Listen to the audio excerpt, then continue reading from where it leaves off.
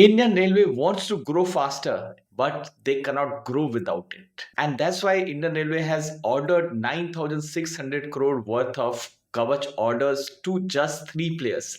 And this company has got more than 30% of total Kavach orders so far. हाय दोस्तों, आपका स्वागत है एक नए वीडियो में जहां हम फॉलो अप कर रहे हैं अपने पुरानी वीडियो जिसको आपने बहुत पसंद किया और सराहा है, which was about the companies giving great guidance for FY26। आप में से बहुत लोगों ने उस वीडियो के कमेंट में मुझसे एक कंपनी के बारे में स्पेसिफिकली पूछा था और उस कंपनी का नाम है HPL engineering. Here is a follow up video. Basically it will be breaking down HPL engineering की ये कंपनी क्या करती है, कंपनी का बिजनेस मॉडल क्या है, कंपनी पैसे कैसे अर्न करती है, कंपनी का ग्रोथ प्रोस्पेक्ट क्या है। कंपनी में दो लिवर्स हैं, एक कवच 4.0 और दूसरा एक और सीक्रेट वेपन है जो कंपनी जिसके लिए तैयार हो रही है। काफी इंटरेस्टिंग कंपनी है, उसकी मैनेजमेंट थोड़ा डिस्टिंक्टली सोचती है। मुझे समझाने में भी मजा आएगा। इंटरेस्टिंग कंपनी का नाम दिया आप लोगों ने।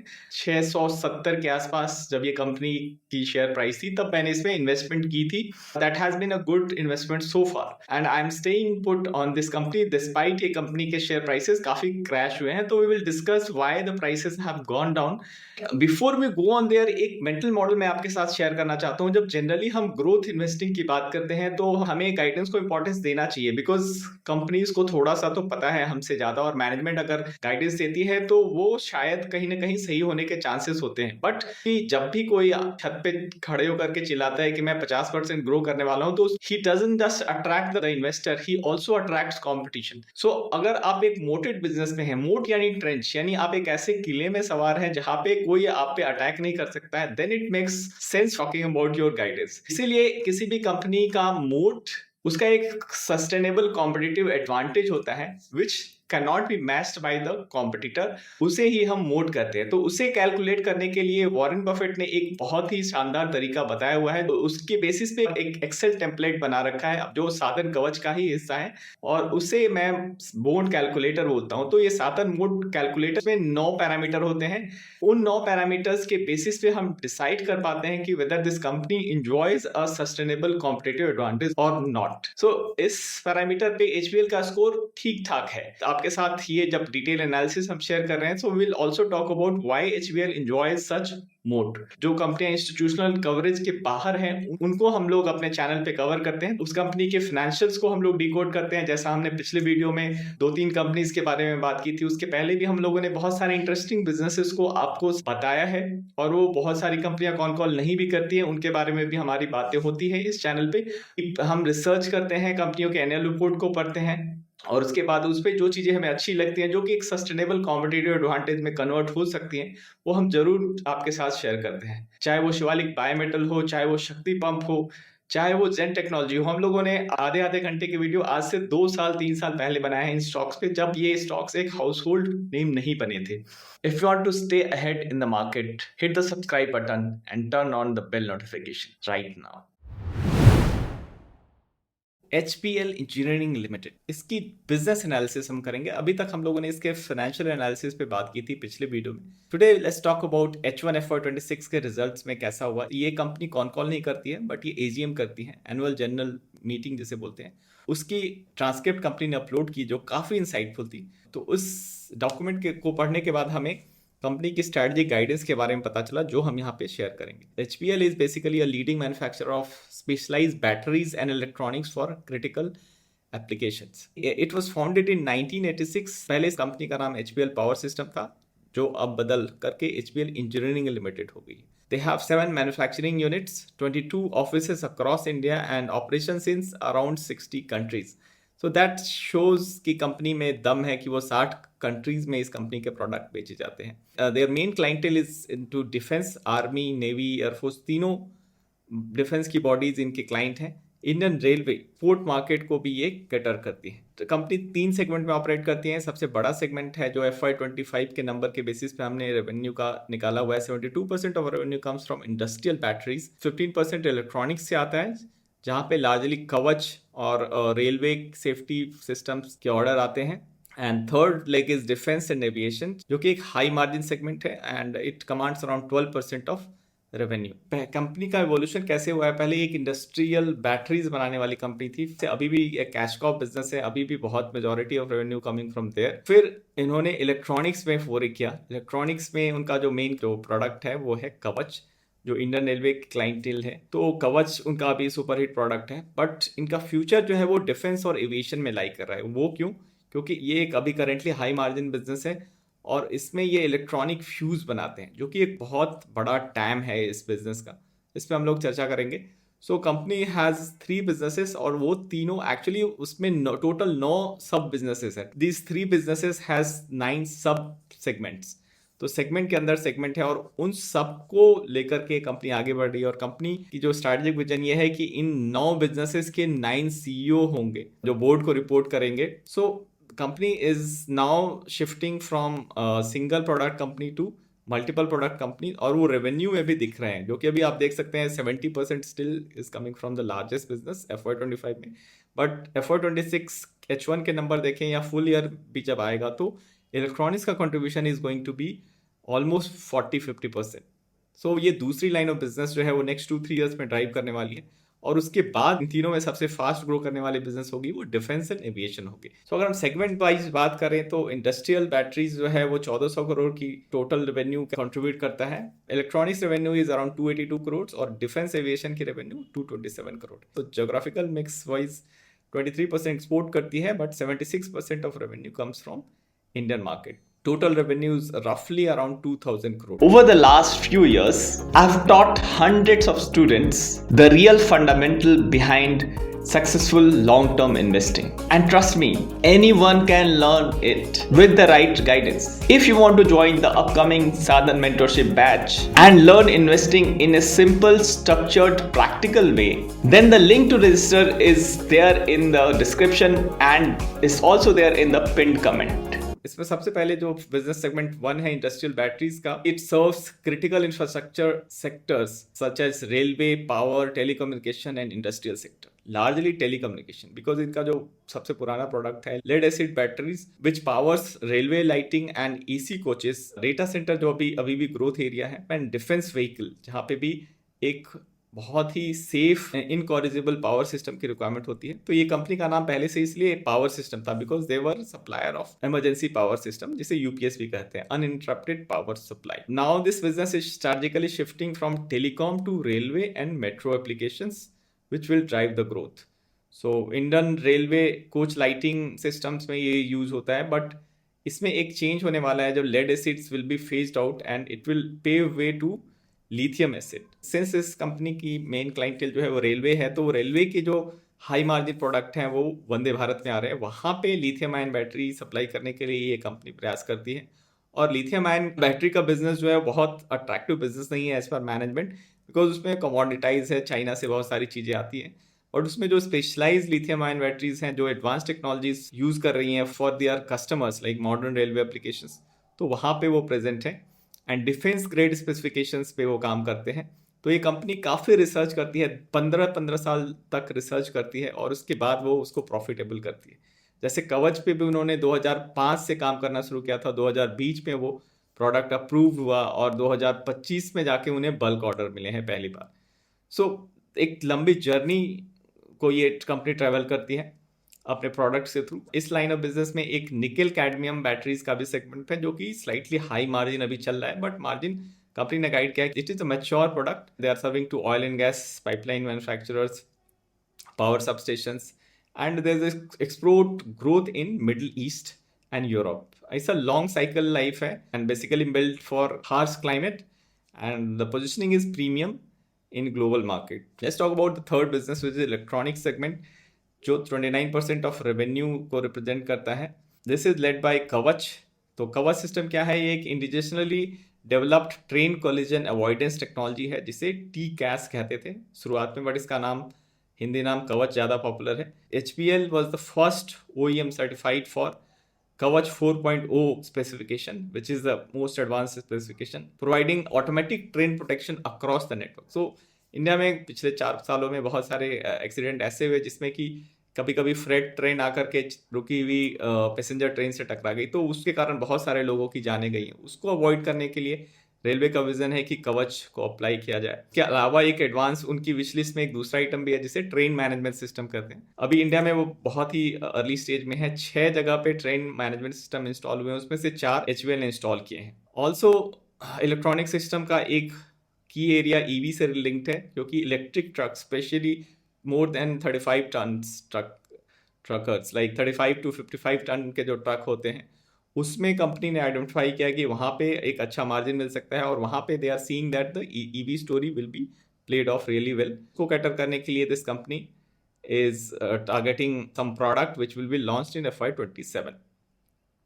But basically this is a retrofitting kind of market. I think initially they were targeting some retrofitting of existing trucks to EV, but I think they have to defer this to FY27 because जब मैंने भी ये सुना था तो मुझे लगा था ये थोड़ा सा चैलेंजिंग आइडिया होगा, बहुत पहले ही मैंने इसके बारे में सुना था। तो and company has rightfully so kind of deferred it. They currently cover around 7,000 kilometers of track. कवच जो है around 7,000 kilometer of track पे कवर हो रहा है और 2400 से ज़्यादा लोकोमोटिव में इंस्टॉल हो रहा है। मोर देन 700 रेलवे स्टेशन पे इनका कवच सिस्टम इंस्टॉल हो रहा है। डिफेंस एंड एविएशन में अगर बात करें तो मिशन क्रिटिकल कंपोनेंट्स पे काम करते हैं, जिसमें से सबसे मिशन क्रिटिकल होता है जो वॉरफेयर में यूज होता है। उस एक डिफेंस की अगर हम बात करें तो डिफेंस बैटरीज जो होती हैं जो कि क्रिटिकल डिफेंस प्लेटफॉर्म को पावर करती हैं, including aircraft, missile, torpedoes, submarine. अब ये सब इलेक्ट्रॉनिक इक्विपमेंट बेस्ड होती हैं। अगर इनकी पावर सप्लाई में थोड़ी सी भी अगर गड़बड़ हुई तो फिर वो करोड़ों का माल जो है वो बेकार हो जाता है। तो इसीलिए क्रिटिकल कंपोनेंट चीज़ों पे काम करते हैं। मिशन क्रिटिकल कंपोनेंट यानी कि उसका पावर सिस्टम जो है उसकी बैटरी ये बनाते हैं, तो उनका एक्सपोर्ट भी वो कर रहे हैं, वेस्टर्न डिफेंस प्रोग्राम में कंट्रीब्यूट कर रहे हैं। Basically they are specialize into extreme environment specifications. Second portion इसमें जो है वो इलेक्ट्रॉनिक फ्यूजेस का है, जो कि इनका ग्रोथ एरिया है इन FY27 ऑनवर्ड्स। तो ये इंडिया के ओनली फुल्ली इंडिजिनियस सप्लायर हैं with complete vertical integration from battery to detonator system. So electronics fuse जो है, जो कि जैसे ग्रेनेड होते हैं, ग्रेनेड में एक फ्यूज होता है। पहले के ज़माने में ग्रेनेड में जो फ्यूज होते थे वो मैकेनिकल फ्यूज होते थे। मैकेनिकल फ्यूज जो है वो 1970s के वॉर के बाद फेज आउट हो गए क्योंकि वो ज़्यादा यूजफुल नहीं थे। फिर भी आर्मी ने कैरी ऑन किया था बहुत कुछ हद तक जो सेमी मैकेनिकल और not so good electronics fuse को। जब ताज पे जब अटैक हुआ था 26/11 अटैक में, वहाँ पे भी हमारी आर्मी ने उसे यूज़ किया था, तो बहुत बार वो बैक फायर हो गया था। तो then they realize, then they shifted totally to advance electronics fuse. But अभी कुछ दिनों पहले, 6 महीने पहले, इलेक्ट्रॉनिक फ्यूज जो फॉरेन कंपनी जो ये सप्लाई कर रही थी, उसने अभी इंडिया को सप्लाई करना बंद कर दिया है for not so known reason. फिर इन लोगों ने HPL को खोजा है कि HPL कैन डू दिस, तो they have come to approach HPL के इलेक्ट्रॉनिक फ्यूज। तो आप बनाओ ही, साथ ही साथ पूरा डिटोनेटर ग्रेनेड का पूरा इलेक्ट्रॉनिक फ्यूज सिस्टम आप बनाओ। नॉट जस्ट आप तो बैटरी बना ही रहे थे, आप पूरा का पूरा सिस्टम बनाएं। उनके पास 2 टाइप के ऑर्डर है। एक आर्टिलरी में जाते हैं, जो आर्टिलरी जो कि एमिनिशन हो गया, वो 23 mm, 30 mm, 40 mm में फिलहाल वो ऑर्डर है, बट उसमें वॉल्यूम ज़्यादा है, मार्जिन कम है। बट बेसिकली जब ग्रेनेड जो कि थोड़े बड़े होते हैं उसमें इलेक्ट्रॉनिक फ्यूज थोड़ा कॉम्प्लेक्स होता है, वहाँ पे मार्जिन ज़्यादा है। उसमें प्रॉक्सिमिटी फ्यूजेस का कॉन्सेप्ट भी है, तो वो थोड़ा हाई मार्जिन प्रोडक्ट है, उस पर वो काम कर रहे हैं। और गवर्नमेंट ने उन्हें पुश किया है कि आप ये लो मार्जिन हाई वॉल्यूम को इग्नोर भी करके आप जो जहाँ पे R&D लग रही है उस बिजनेस पे फोकस करें तो बेहतर होगा। So company is also gearing and company is the only Indian manufacturer able to do this, so the company can do well into this. So this is the growth area, new growth area for the company. अब हम बात करते हैं H1 FY26 में company ने कैसा perform किया। So first half of FY26 they delivered an outstanding results driven by accelerated Kavach order execution. Revenue grew by 74% year on year, while profitability surged across all metrics, demonstrating a strong operating leverage in the current business model. सिर्फ H1 की मैं बात कर रहा हूँ, 1790 crore revenue. पूरे साल में उन्होंने 1960 करोड़ रेवेन्यू किया था पिछले, और इस बार वो 1790, मोर देन 75% का growth.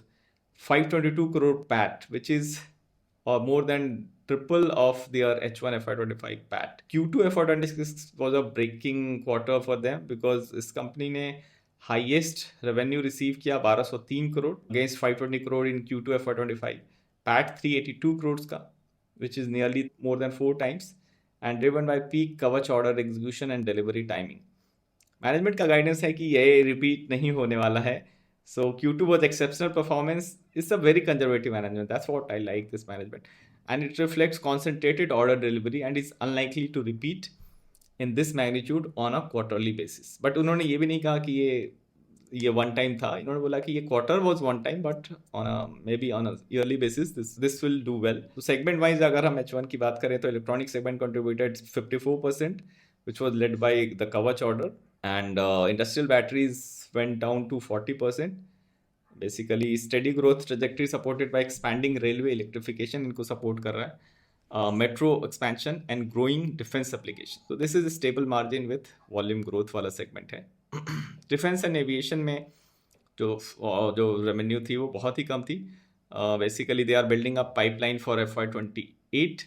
Electronic fuse business position for exponential growth as indigenization accelerate. तो मेक इन इंडिया का जो थीम है डिफेंस में बहुत ही क्रिटिकल थीम है, उसमें fuses are very central part. तो स्ट्रेटेजिक ग्रोथ अगर हम देखें तो नियर टर्म ग्रोथ ट्रिगर जो FY27 के पॉइंट ऑफ व्यू से है वो है कवच का ऑर्डर सर्ज होगा. They said that after years of development flood of order have come. तो उन्होंने बोला कि पहले there was a drought of order in FY24 but FY26 has seen a flood of order which are providing strong revenue visibility with government backing this program.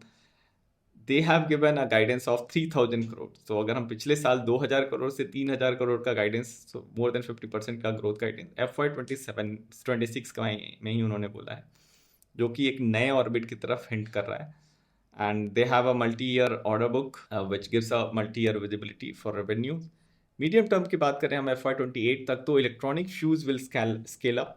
20 years of R&D investments is now commercializing just like Kavach, positioned to become largest revenue segment by FY28. Train management system का expansion करने की वो बात कर रहे हैं. जो beyond Kavach की बात हो रही है वहाँ पे भी वो hope कर रहे हैं that Ministry of Railway will focus on train management system, which is an advanced thing. And they are ready for it. Defense indigenization is going to be in driver and they are focusing on defense this time. Export, maybe they have got international certification which will enable higher margin export sales with quality advantage. So this company is a quality R&D based company. If we look at Kavach with a closer lens, because Kavach के basis पे ये सारा growth आया, तो let's look at Kavach from a close distance. So Kavach represents the culmination of 20 years of indigenous R&D investment, positioning HBL as the first certified OEM for India's nationwide railway safety transformation. So it's basically, it helps to avoid the collision. It's an indigenously developed technology जिसमें automatic train protection system है, fully developed by in-house R&D. They were the first Kavach 4.0 certified and they have a 8 to 9 week delivery lead time advantage because they do lots of things indigenously.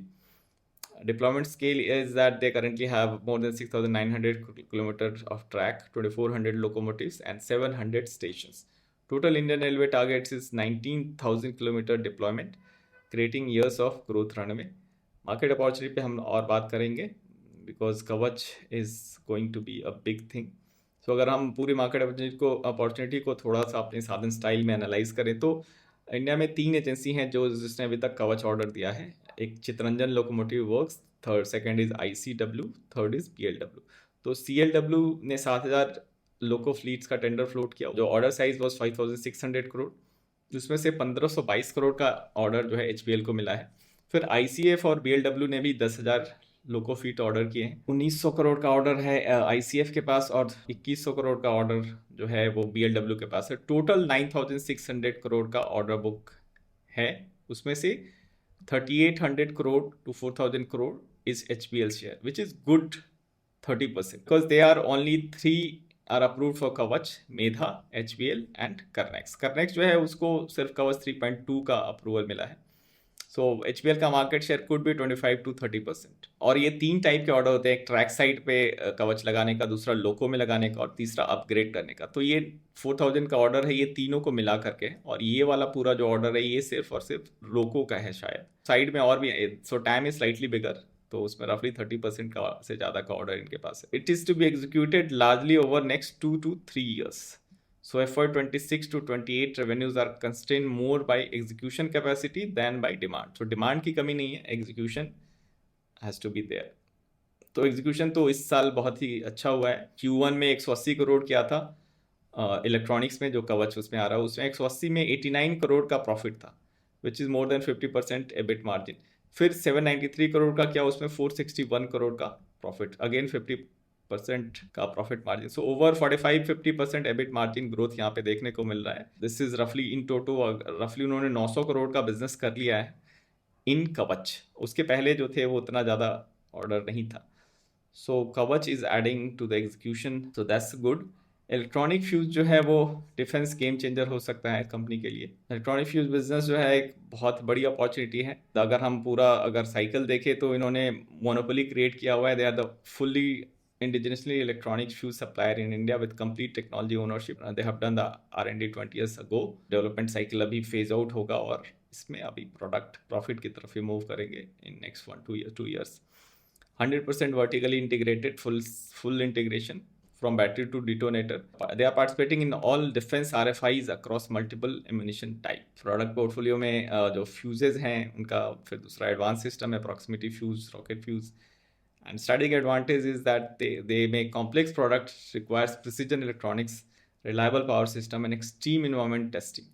So quality control is very important and reliability is very important in defense application. And this company is good into that because Indian Railway हो या Indian Defense काफ़ी reliably इनके साथ काम किया है. So they have a natural moats. Management की philosophy काफ़ी interesting है. They actually believe in technology led growth. They want to build strong competitive moats rather than pure top line expansions. This type of companies we really like. They believe in long gestation cycles, willing to invest 10 to 20 years R&D cycles for cutting edge products like Kavach and electronic fuses. They have the patient capital approach, allowing breakthrough innovation to mature before commercialization. And they always focus on margin over volumes. They want to grow profitably and sustainable competitive advantages prioritize over revenue volume. Actively exiting commoditized low margin business to concentrate resources on high value technology segment. For example वो lead acid वाले business में भी it's slightly commoditise, तो उसमें भी वो धीरे धीरे डी फोकस कर रहे हैं उस पर।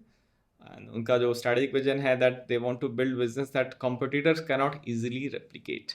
Focus is on creating deep technology moats through sustained R&D investment, even if it takes decades to commercialize. This strategy is creating lasting long-term shareholders value. So management की अगर हाईलाइट हम बात करें तो 3 years विजिबिलिटी जो है वो 300 करोड़ की है FY26 में एंड 4500 करोड़ है by FY30। That is still reasonable growth, यानी अभी 3000 और उससे 50% का growth in next 4 years. That is also good growth, technology led growth है, model has been validated and scale up वाला ग्रोथ फेज है ये। डिसेंट्रलाइज स्ट्रक्चर है, 9 independent divisions as I said, and now the company is for the first time is converting into surplus cash. तो उन्होंने एक philosophy को बहुत ज़्यादा तारीफ की है जिसे कहते हैं middle stand technology part. Middle stand technology is German ecosystem, जहाँ पे जर्मनी में जो ज़्यादातर जो R&D की हम बात सुनते हैं वो मिडल स्टैंड कंपनीज बोलते हैं। मिडल स्टैंड यानी छोटी छोटी family oriented businesses, family type की बिजनेसेस हैं जिन्होंने रिसर्च करके बहुत ही एडवांस टूल्स इकोसिस्टम डेवलप किया है, और उसमें से कुछ कंपनियां जैसे Hettich which are a global name, तो ये सब ब्रांड बनी है आगे चल के। और 60% of German GDP is contributed bye middle stand technology company. तो उसी टेक्नोलॉजी फिलॉसफी को इन्होंने ध्यान में रख के एक मिडल स्टैंड टेक्नोलॉजी पार्टनर्स के नाम से एक AIF कैटेगरी 2 लॉन्च किया है, जो कि VC इन्वेस्टमेंट करेगा, जो फोकस करेगा कंपनीज जो कि कॉम्प्लीमेंट्री हैं to HBL power system business और इकोसिस्टम में सपोर्ट कर सकते हैं उनको, उसमें वो इन्वेस्ट करेंगे। And they are trying to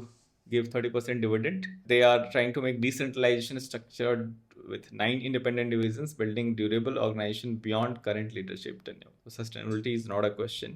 AGM की हाईलाइट हम बात करें तो इलेक्ट्रॉनिक फ्यूज मार्केट में उन्होंने बोला हम सारे RFIs में पार्टिसिपेट कर रहे हैं। Supply gaps due to import reliance creates opportunity, expected to be largest segment contributor by FY28। Train management system उसमें वो अपॉर्चुनिटी देख रहे हैं। They are saying that Indian Railway is upgrading signaling traffic control systems. तो steady 100 to 300 crore annual opportunity है। हालांकि ये order कवच के लेवल के नहीं है, कवच में बड़े बड़े ऑर्डर आते हैं, ये छोटे ऑर्डर होंगे but there would be more. Foreign companies are present but HPL is well positioned. Electronic truck में उन्होंने बोला कि हम 35 to 55 टन में ही कॉम्पिटेटिव हो सकते हैं। Commercial launch plan in October 2026। Torpedo Motors और होमिंग हेड्स, टॉर्पीडो मोटर्स का सप्लाई भी ये करते हैं जो FY28 में रेडी हो जाएगा। And this will be a completely vertically integrated system from battery to propulsion system. Nickel cadmium में वो एक्सपोर्ट पे फोकस कर रहे हैं. There is steady domestic competition but niche positioning is maintained. So they are focusing on Europe. साधन moat score में बहुत सारी चीजें होती है जो based on Buffett style fundamental moat analysis है. मोट क्यों मैटर करता है? बिकॉज इस business with strong moats means that they can protect profit for long term. They offer better predictability. Better predictability means better compounding returns. So moat score basically separates करता है temporary performance from true wealth creators. So basically this is the filter which helps you figure out कि कौन सा business जो है जिसमें Warren Buffett भी seriously देख सकते थे. So purpose of this tool is to evaluate sustainability of competitive advantage, identify businesses that can grow and protect margin over long term, and we try to avoid companies that looks good but cannot sustain it. साधन mode score में 9 parameters हैं. पहली 3 profitability mode को identify करती है. दूसरी वाली जो है वो कॉस्ट और एफिशिएंसी पैरामीटर पे जज करती हैं. और जो लास्ट पैरामीटर है जो कैपिटल एलोकेशन को जज करने के लिए 2 पैरामीटर हैं. So in total we have 9 parameters. जो हाईएस्ट स्कोर होता है उसके बेसिस पे ही हम लोग डिसाइड करते हैं कि whether this company is focusing on long term consistency. अगर long term score जो average of 9-10 years is good then it's a long term winner. But अगर शॉर्ट टर्म में भी कोई कंपनियां अभी अच्छा कर रही हैं तो उसको भी हम शॉर्ट टर्म एनालिसिस के पर्सपेक्टिव से शॉर्ट टर्म मोड स्कोर के बेसिस पे भी उसे हम स्कैन करते हैं. तो HBL की अगर हम लिस्ट देखें तो HBL का लॉन्ग टर्म स्कोर जो है वो 3 है और शॉर्ट टर्म में 5 है आउट ऑफ 9. सो धीरे धीरे ये 5 की तरफ मूव कर रहा है शॉर्ट टर्म में. बिकॉज ये साल काफ़ी अच्छा रहा है. पिछला साल भी अच्छा था मार्जिन के हिसाब से देखें तो. पिछले साल FY24 में तो उनके 6 पॉइंट पे वो हिट कर रहे थे. So this is a good score to begin with. Competitive mode जो है इनका 3 कैटेगरी में कह सकते हैं. का सर्टिफिकेशन बैरियर है. High quality requirement for defence and railway application. RDSO का approval takes long time. Multi year certification process creates entry barrier. R&D में ये 20 साल के लंबे टाइमलाइन को ध्यान में रख के चलते हैं. सो nobody can compete with them. Deep domain expertise difficult to replicate, and they are an indigenization leader. Only indigenous supplier for electronic fuses and several other defense electronics. Strong Make in India policy alignment. So this is the overall thing and outlook. अगर हम बात करें तो FY26 में 3000 करोड़ और फिर वो FY27 में कवच का एग्जीक्यूशन आएगा. उससे ऑर्डर आएंगे और एग्जीक्यूशन होगा. FY28 में fuze and TMS will come which will offset the Kavach decline. Because Kavach के ऑर्डर FY28 में डिक्लाइन होंगे because these are one time expenses. But FY30 में वापस TMS और फ्यूजेज और बाकी प्रोडक्ट को डेवलप करके 4500 करोड़ का टारगेट ये लोग रख रहे हैं बाई FY30. उन्होंने अपने AGM में बताया we are hoping to get 4,500 crore by FY30, which seems a reasonable number. So this is overall the visibility of the management. तो ये आपके सामने ये लिस्ट है जो हम लोगों ने आज से 10 कंपनियों के बारे में अभी पिछले वीक में बात की थी. HBL के बारे में तो हमने बात कर ली. बट अगर if you think we are missing out on something really big then do let me know in the comment that out of these 9 names, if you find something interesting and you want us to look into it, please let us know in the comment and do tell me why this is interesting. I would definitely read your comment and reply to it. Again, this is not a stock recommendation. This is purely for education purpose. And we are not SEBI registered investment advisor. We are holding a stake into this company. Thanks for watching.